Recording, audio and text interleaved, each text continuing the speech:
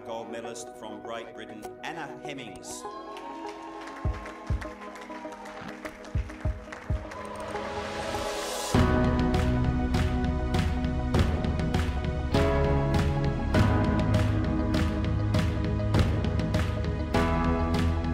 The business world, it's a competitive marketplace. The margins between winning and losing are small, and organisations want to know how to get the competitive edge.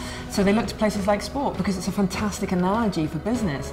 I'm a world champion in marathon kayak racing, which is over 22 miles, and won races by just this much. The margins in my world are small as well, and they want to know, how do you get that competitive edge that allows you to win a 2.5-hour race by this much? What's that winning mindset, and how do you develop it?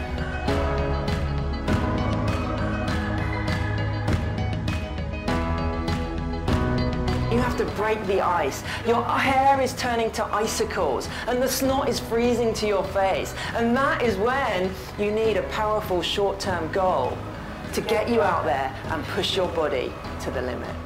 Many of the organisations that I speak to, they're number one in their industry, and of course they want to stay at the top. And so I often get asked to share how I stayed at the top of my game for 10 years, how I won back-to-back world titles, and what gave me the motivation to keep coming back for more. And this hit me like a train. I was wrecked, rendered in a near permanent state of exhaustion, devoid of all energy.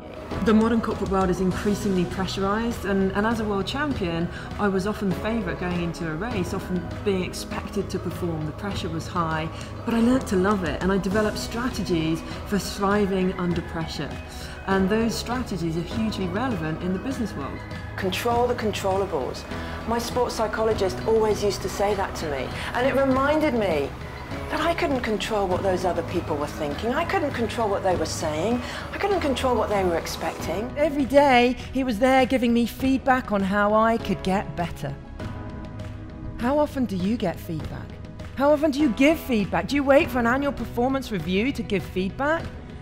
In the world of sport, it's called the food of champions.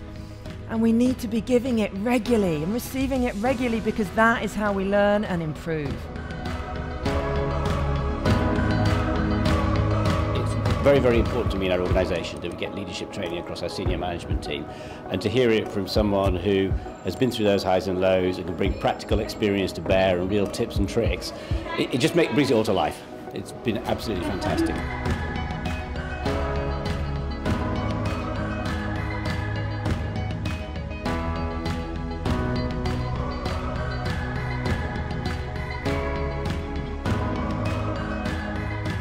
Many small things you can do that overall can give you a much better outcome, and I think that it resonates very well with me.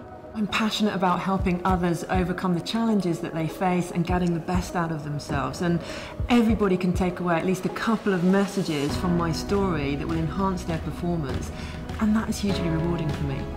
And this was about questioning the way we were currently doing things, looking for new and better ways.